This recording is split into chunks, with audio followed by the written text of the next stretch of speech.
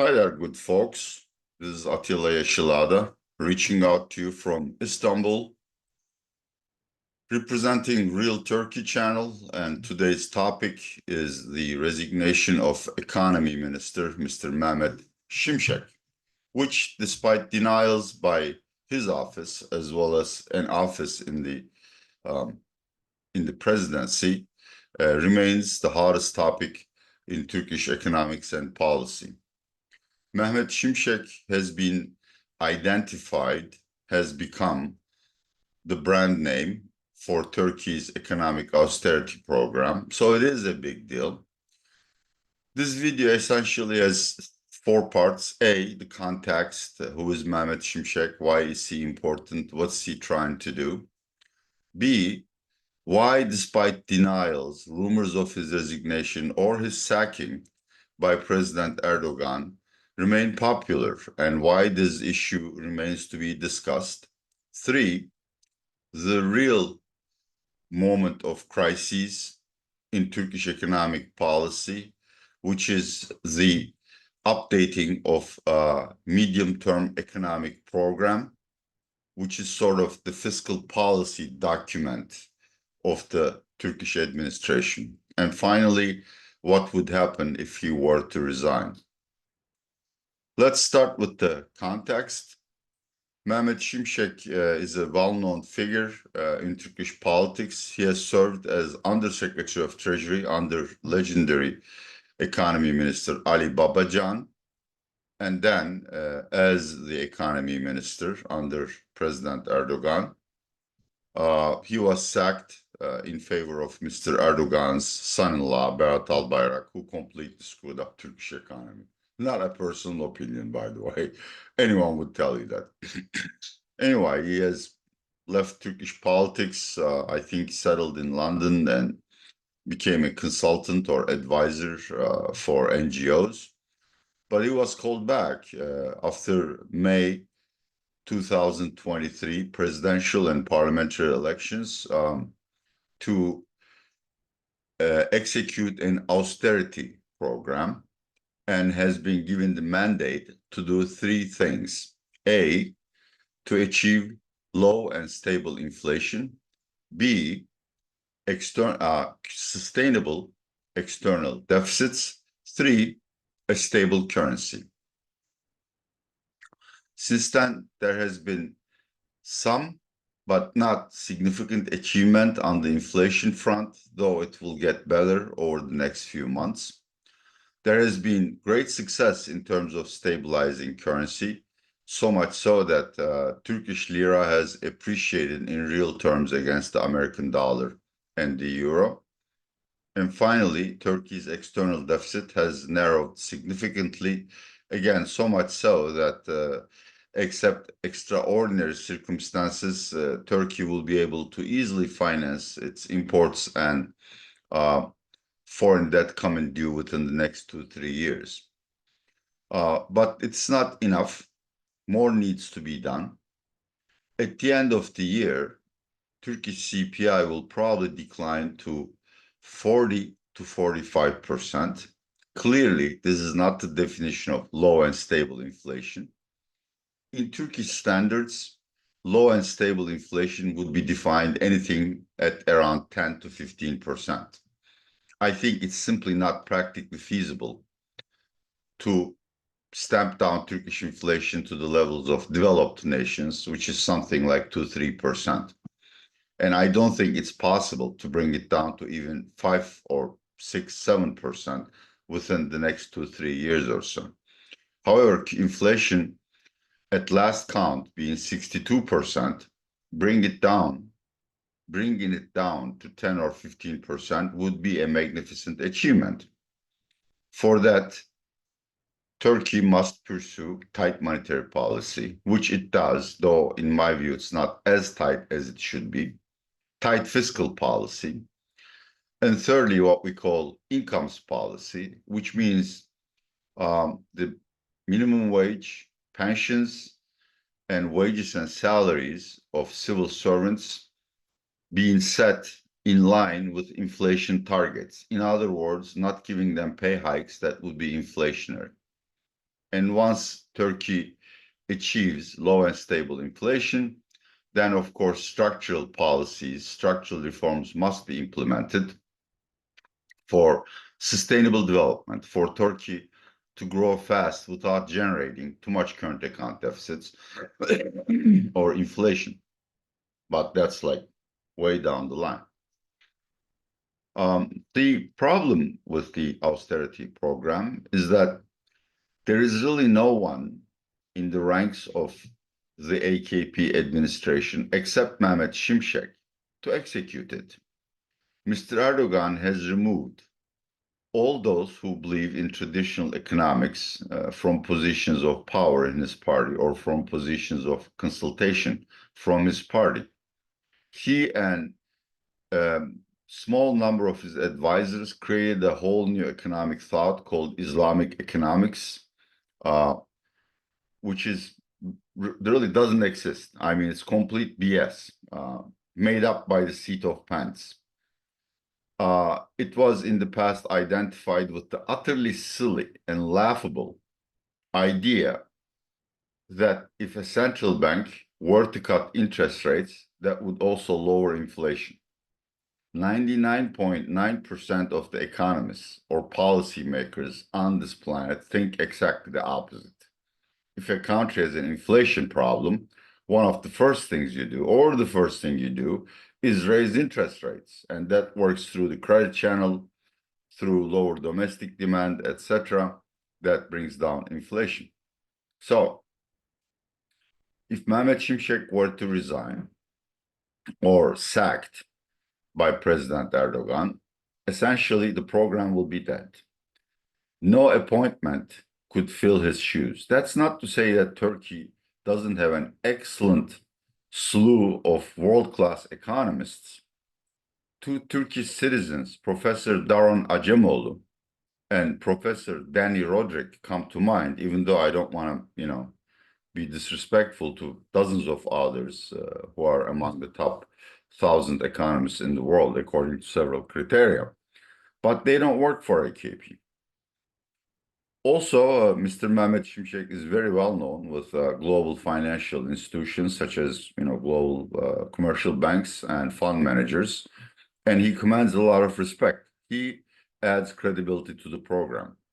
Fatih Karahan, the central bank governor, is also building up credibility, as well as his two deputy governors.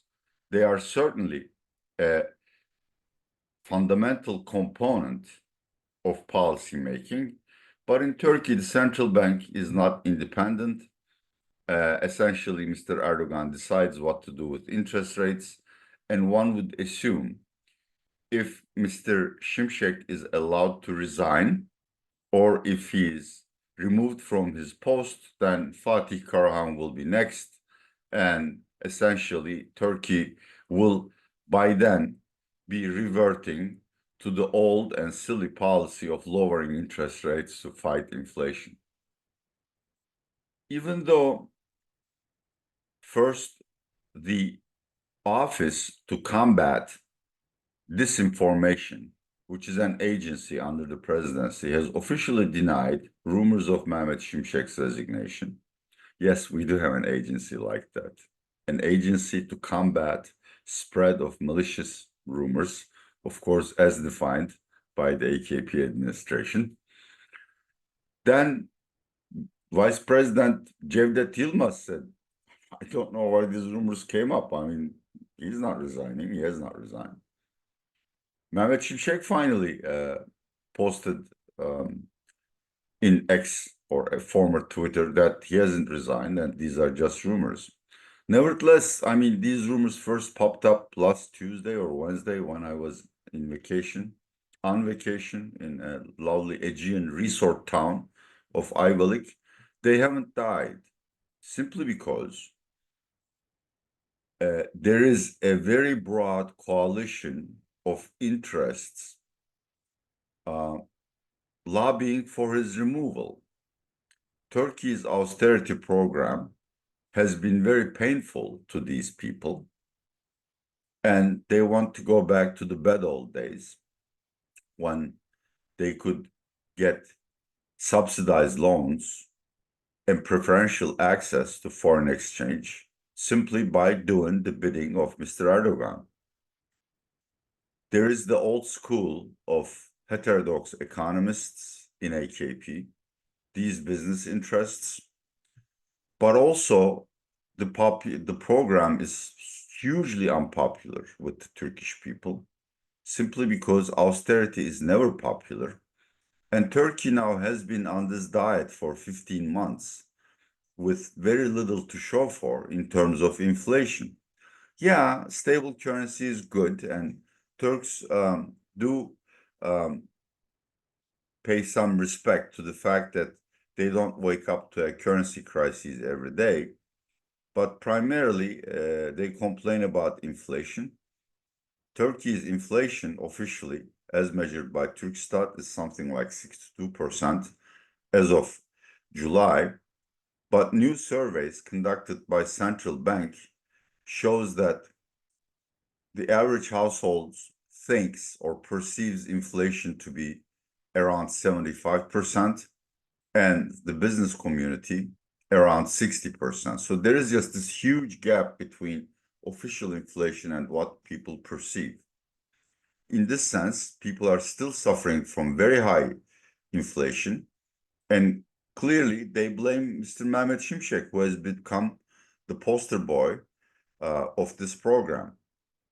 And since he's so unpopular, and everyone who has anything to do with economics or who follows economics just casually knows that Mr. Erdogan is currently being urged to remove him and to abandon the austerity program, rumors of his resignation are considered credible. There are a lot of stories about what actually happened. One that's extremely popular that I don't believe is that he actually did resign or wanted to resign because Erdogan's heterodox economic advisors really harassed him. But Vice President Cevdet Yılmaz persuaded him to stay in his job. In others, he never resigned or intended to resign. And these rumors have been started actually by Mr. Erdogan's economic advisors to undermine the program, to make his job difficult, and to reduce the credibility of the austerity program. Now, why is his resignation important? Again, I'm going to touch this subject in detail at the end of this video, but essentially it's a signal that Turkey is abandoning, Mr. Erdogan is abandoning the austerity program, simply because there is no one else in AKP ranks who can fill his shoes. And Turkey is at a very delicate juncture in terms of this belt tightening or austerity program. Monetary policy has done what it can do. In my view, just like what I think about Fed, monetary policy needs to be kept very tight for a very long time. But fine, I mean, a lot of economists would disagree with me. Essentially, the prevailing belief among orthodox economists in Turkey is that the central bank policy rate is sufficiently high, and soon it should be lowered because keeping rates high has economic costs, such as a deluge of bankruptcy protection filings, high unemployment, drops in house sales, auto sales, etc., etc. But fiscal policy is extremely loose, no matter how one measures it. And everyone knows that Mehmet Simsek has urged or pleaded with Mr. Erdogan to be allowed to cut the non-interest budget deficit or to raise new revenues in terms of taxes to reduce the budget deficit. If you reduce the non-interest deficit, this means the state injects less income into the economy, which is, of course, disinflationary. Simply, people have less money to go around to buy things.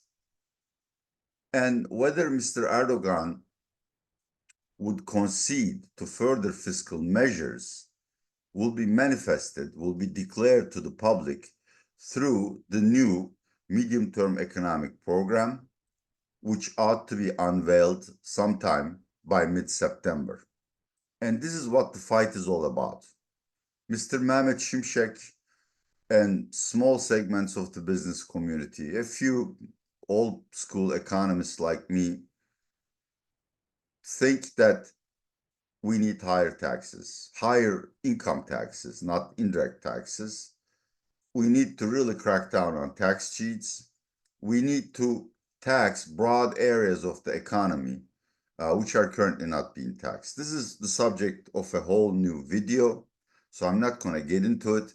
But I think, roughly speaking, Turkey needs to raise something like 2% of GDP in terms of new taxes, or cuts, or needs to cut discretionary spending to the tune of 2% of GDP to make any progress on inflation from this moment on. And of course, this is going to hurt a broad slew of business interests.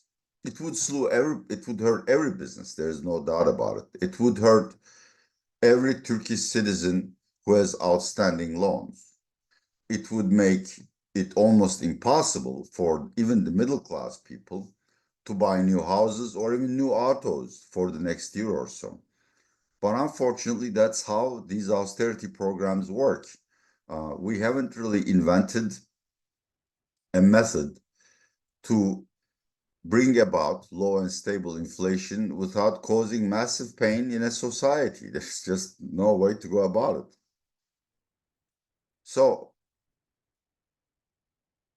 I think all these rumors are found credible by Turkish people or by most Turkish economists and commentators simply because they know Mr. Erdogan would never agree to these measures, which are obviously politically costly, but also mean that he has less money to spend on his crony businesses, on his friends in the business community, which means he doesn't have much money for campaign financing when next elections comes around.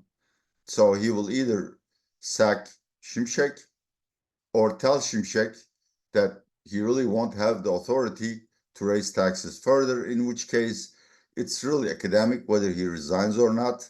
The program will be dead in water. I think I am the only one in the Turkish economist community who think Mr. Erdogan would ever concede to Mehmet Simsek's demands.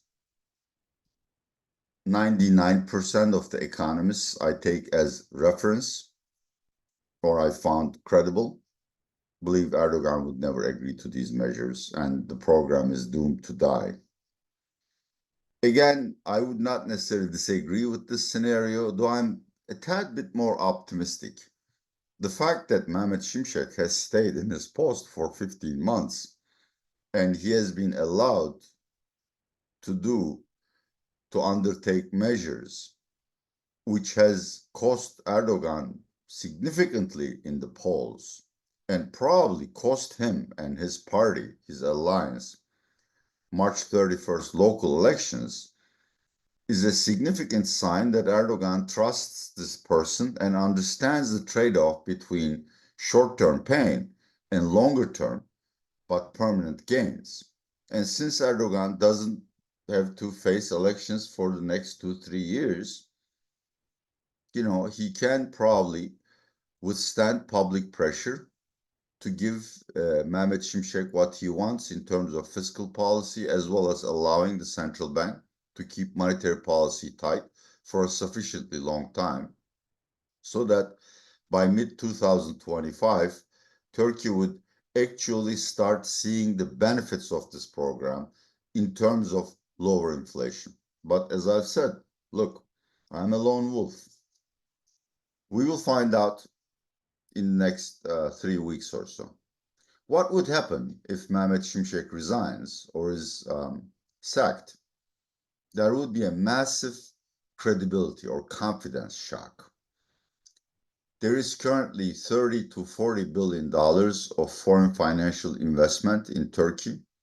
that would immediately leave the country because they have seen this game before. They have been fooled by Mr. Erdogan several times. But their departure is not critical for the stability of Turkish lira.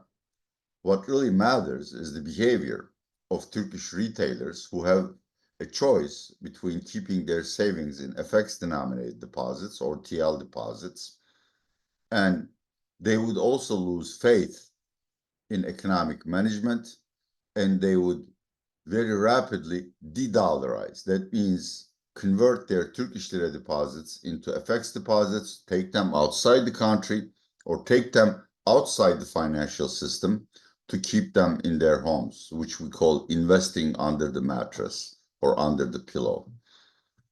So essentially, not only would the program be dead, but all the gains that Mr. Mehmet Simsek and Fatih Karahan have achieved over 15 months will be wiped off immediately. I think even if Mehmet Simsek agrees to stay in his post, but the new medium-term economic program doesn't contain significant fiscal retrenchment measures, gradually foreign investment in Turkey would dry off. And in winter months, when traditionally inflation rises once again, Turkish retailers would start migrating towards dollars and euros and gold once again. So, the program would be alive, but essentially comatose. And Mehmet Simsek would be reduced to essentially rubber stamping the doings of Mr. Erdogan's heterodox advisors. So one way or other, the question is really not whether Mehmet Simsek will keep his job, but the question is, what will the new medium-term economic program entail? And that would decide the fate of Turkish economy within the next 3 weeks. And I shall obviously update you. I've been remiss in making new videos, as I've said, because I was on vacation with my spouse, and probably there would be another break by mid-September when I'm asked to visit London to visit, clients in my private business. For those who are interested, my official job title is that I am a country consultant for Global Source Partners, a global research network which provides quality research in over 30 emerging markets like Turkey. Thank you very much for watching this video. If you like, subscribe, but as important to me, share it with your friends so the truth, at least my version of the truth about Turkey, gets out. Stay well, stay chill. This is Atilla Yeşilada saying goodbye from Istanbul.